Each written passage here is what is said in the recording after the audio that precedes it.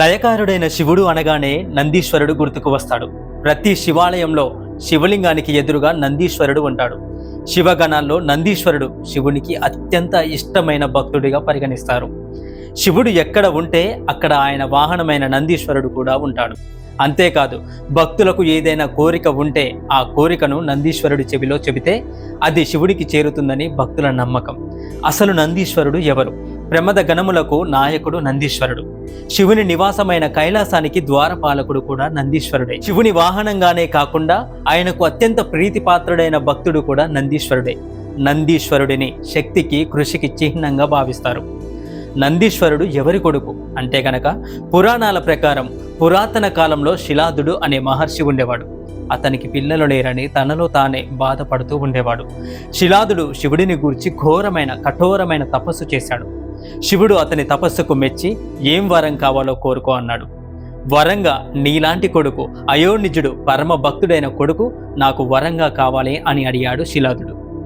మహాదేవుడు తదాస్తు అన్నాడు. ఆ తర్వాత శిలాద మహర్షి తన తనయుడైన నందికి అన్ని వేదాలు, పురాణాల జ్ఞానాన్ని అందించాడు. ఇంతకీ నందీశ్వరుడు శివునికి వాహనంగా ఎలా మారాడో తెలుసా?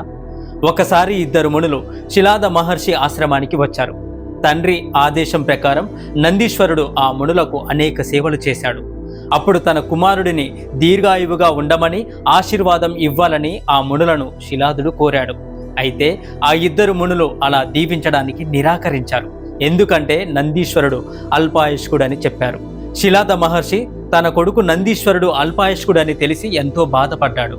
అప్పుడు నందీశ్వరుడు తన తండ్రితో, శివుడి వరంతో నేను జన్మించాను కాబట్టి నన్ను ఆ పరమేశ్వరుడు మాత్రమే రక్షించగలడని శివుని అనుగ్రహం కోసం నందీశ్వరుడు కఠోరమైన తపస్సు చేయడం మొదలుపెట్టాడు. నందీశ్వరుడి తపస్సుకు సంతోషించిన శివుడు ప్రత్యక్షమై నందీశ్వరుడిని తన వాహనంగా చేసుకున్నాడు.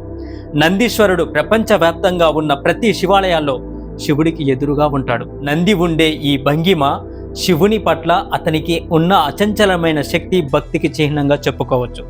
నందీశ్వరుడి యొక్క దృష్టి తన దైవంపై అంటే ఆ మహాదేవుడిపై మాత్రమే కేంద్రీకృతమై ఉంటుంది.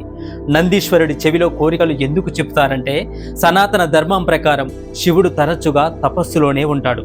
కనుక భక్తులు తమ కోరికలను నందీశ్వరుడి చెవిలోనే చెబుతారు. నందీశ్వరుడు భక్తుల కోరికలను వింటాడు. శివుడి యొక్క తపస్సు పూర్తయిన తర్వాత భక్తుల కోరికలను శివుడికి నందీశ్వరుడు చెబుతూ ఉంటాడు. ఓం నమః శివాయ. మీకు ఈ వీడియో నచ్చితే ఓం నమః శివాయ అని కామెంట్ చేయండి. Please do subscribe.